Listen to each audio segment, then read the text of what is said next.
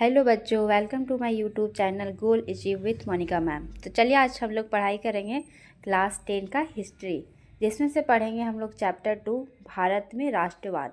भारत में राष्ट्रवाद को पढ़ेंगे। इससे पहले देखते हैं कुछ पॉइंट। सबसे पहले यूरोप में आधुनिक राष्ट्रवाद के साथ ही राष्ट्रीय राज्यों का भी उदय हुआ।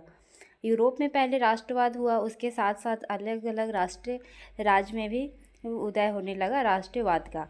और दूसरे उपनिवेशों की तरह भारत में भी आधुनिक राष्ट्रवाद के उदय की परिघटना उपनिवेशवाद विरोधी आंदोलन के साथ गहरे तौर पर जुड़ी हुई थी। इससे लोगों में राष्ट्र के प्रति लगाव का भाव पैदा होने लगा और नए प्रतीकों और चिन्हों में नए गीतों और विचारों के नए संपर्क स्थापित हुए। देखते प्रथम विश्व युद्ध। प्रथम विश्व युद्ध इसकी शुरुआत 1914 ईस्वी में हुआ, जिससे नई आर्थिक और राजनीतिक स्थिति पैदा हुई। प्रथम विश्व युद्ध हुआ, उसके दौरान वहाँ पे नई आर्थिक स्थितियाँ और राजनीतिक स्थितियाँ पैदा होने लगी और युद्ध के नाम पर कर्ज लिए गए और करों में वृद्धि की सीमा और शुल्क बढ़ा दी गई।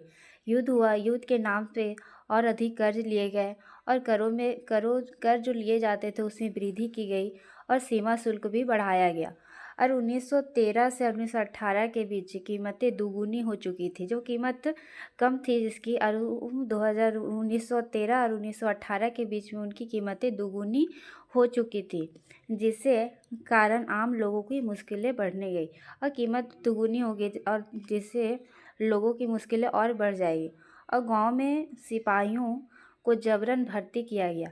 जहाँ गांव थे वहाँ के व्यक्तियों को सिपाही में जबरन भर्ती किए जाने लगे और 1918 से 1920 से 21 में भारत के बहुत सारे हिस्सों में फसल खराब हो गई, जिस कारण खाद्य पदार्थ में भी भारी अभाव पैदा हो गया। अब 1918 से 1919 और 1920 से 21 के बीच में देश के बहुत सारे हिस्सों में भागों में वहाँ जो फसल की गई थी वहाँ की फसल खराब हो गई। फसल खराब होने के कारण से वहाँ जितने खाद्य पदार्थ थे उनका कमी होने लगा और उसी समय फ्लू की भी महामारी फैल गई। और उसी समय वहाँ तो खाद्य पदार्थ की कमी हो गई और साथ साथ वहाँ फ्लू की महामारी पैदा हो गई, जिससे 1921 के जनगणना के मुताबिक दुर्भिक्ष और महामारी के कारण 120 से 130 लाख लोग मारे गए। वहाँ 1921 की जनगणना के अनुसार 120 से 130 लाख व्यक्ति मारे गए थे ये फ्लू महामारी और खाद्य पदार्थ की कमी के कारण।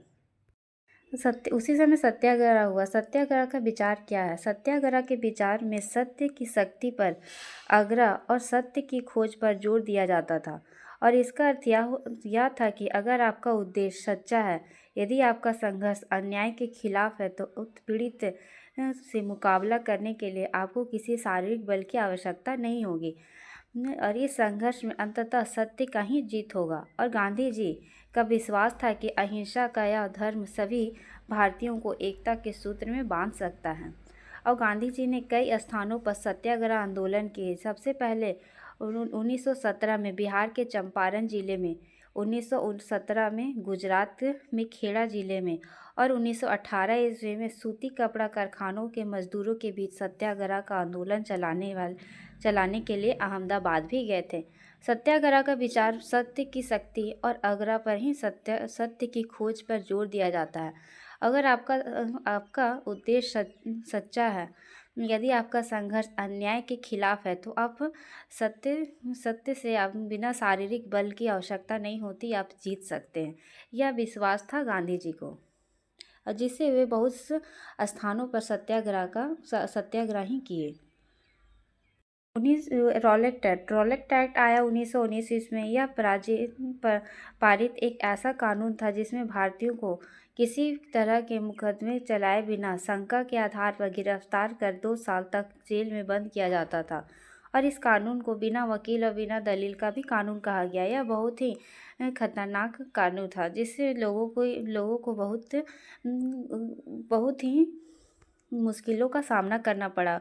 उन्हें बिना कोई शंका के, बिना कोई मतलब से उन्हें कैदी कर लिया जाता था, गिरफ्तार कर लिया जाता था, और गिरफ्तार करने के बाद उन पे ना कोई वकील काम करता था, ना ही कोई दलील। असहयोग आंदोलन हुआ। गांधी जी ने अपनी प्रसिद्ध पुस्तक हिंद स्वराज 1919 में लिखी है। महात्मा गांधी ने कहा था कि भारत में ब्रिटिश शासन भारतीयों के सहयोग से ही स्थापित हुआ था, और यह शासन इसी सहयोग के कारण चल पा रहा है। अगर भारत के लोग अपना सहयोग वापस ले ले तो साल भर के भीतर ब्रिटिश शासन दहल जाएगी और स्वतंत्रता की स्थापना हो जाएगी। असहयोग आंदोलन का मतलब था, जो गांधी जी ने कहा था कि वहाँ जो ब्रिटिश शासन करते हैं वह भारत के सहयोग से ही कर रहे। अगर भारतीय लोग उनका सहयोग, ब्रिटिशों का सहयोग करना बंद कर दे, और बंद कर देने पर वह अपना सहयोग वापस ले ले, जिससे साल भर के भीतर ही ब्रिटिश शासन खत्म हो जाएगी और स्वतंत्रता की स्थापना हो जाएगी। यह असहयोग आंदोलन का उद्देश्य था गांधी जी का। खिलाफत आंदोलन हुआ था। प्रथम विश्व युद्ध के दौरान ब्रिटिश द्वारा तुर्की सुल्तान के शासन में किए जाने वाले वादा खिलाफा के भारतीयों मुसलमानों विश्वासघात के रूप में देखते थे, क्योंकि तुर्की का सुल्तान इस्लामिक दुनिया का खलीफा था। अतः 1920 में प्रारंभ में भारतीय मुसलमानों ने ब्रिटिश शासन के खिलाफ खिलाफत आंदोलन किया था। जालियांवाला बाग हत्याकांड बहुत ही भयानक हत्याकांड था, जिससे यह हत्याकांड हुआ था पंजाब के अमृतसर जिले में। रॉलेट एक्ट के विरुद्ध में पंजाब के अमृतसर जिले में जनता अत्यंत आक्रोशित थी और सैनिक शासन नियंत्रण जनरल डायर को दे दिया था, जिसे 12 अप्रैल 1919 में नगर सार्वजनिक सभा में प्रतिबंध लगा दिया गया, जिनकी पूरी जानकारी जनता को नहीं पता था। और 3 अप्रैल की बैसाखी का त्यौहार था, और इस दिन सरकार की नीति का विरोध करने के लिए जालियांवाला बाग में एक सार्वजनिक सभा का आयोजन किया गया।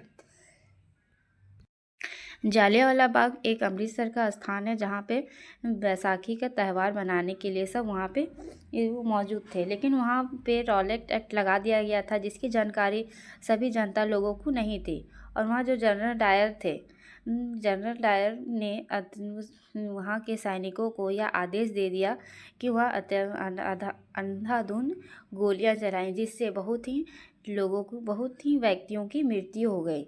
और यह कांड जालियांवाला बाग के हत्याकांड के नाम से जाना जाता है। उसी टाइम जनरल डायर ने 200 देसी और 50 गोरे सिपाहियों को लेकर बाग में एकमात्र दरवाजे को रोक दिया। वहाँ जो एक ही दरवाज़ा था जिसे रोक दिया, और जो निहत्थे जनता पर गोलियां का बौछार लगा दिया और 10 मिनट तक किया, जिससे हजारों लोग मारे गए और असंख्य लोग घायल हुए। इसी घटना को जालियांवाला बाग हत्याकांड कहते हैं। सविनय अवज्ञा आंदोलन ब्रिटिश औपनिवेशिक शासन के विरुद्ध, भारत के स्वतंत्रता के विरुद्ध 1930 में महात्मा गांधी के नेतृत्व में अहिंसक आंदोलन था, जो नमक कानून के तोड़कर शुरू हुआ था। और 31 जनवरी 1930 को गांधी जी ने वायसराय इरविन को खत लिखा, जिसमें से 11 मांगे का उल्लेख था, और 11 मार्च तक उनकी मांगे नहीं मानी गई, जिससे 12 मार्च 1930 को दांडी मार्च के साथ शुरू हुआ, और जिससे गांधी जी और उनके 78 अनुयायियों ने गुजरात के साबरमती आश्रम से 375 किलो दूर तक मार्च किया और समुद्र के पानी से नमक बनाकर ब्रिटिश सरकार द्वारा बनाए गए कानून का उल्लंघन किया।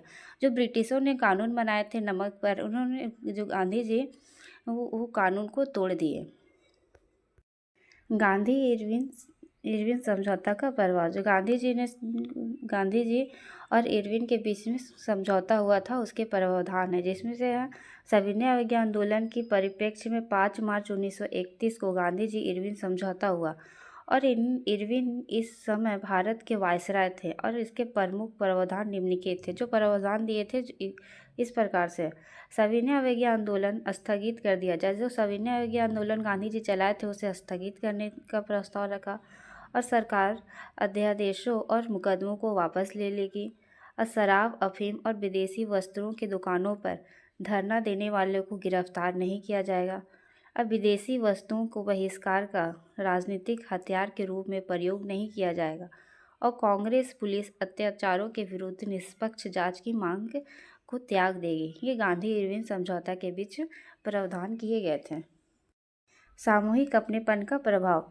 सामूहिक अपनेपन के प्रभाव आंशिक रूप से संयुक्त संघर्ष के चलते पैदा हुई थी और इसमें से इतिहास, साहित्य, लोक कथाएं और गीत, चित्र और सभी प्रकार के राष्ट्रवाद को साकार करने को अपना योगदान दिया। और 1921 तक गांधी जी ने स्वराज का झंडा तैयार कर लिया था। जी हाँ, एक तिरंगा था जिसमें लाल, हरा और सफ़ेद था। यह इसके मध्य में गांधी जी का चरखा था। इससे सामूहिक अपनेपन का भाव उत्पन्न हुआ जो एकता के रूप में प्रदर्शित करता है। और यहाँ भारत का राष्ट्रवाद समाप्त होता है। अगर सेशन अच्छा लगा तो लाइक करें एंड सब्सक्राइब करें एंड थैंक यू।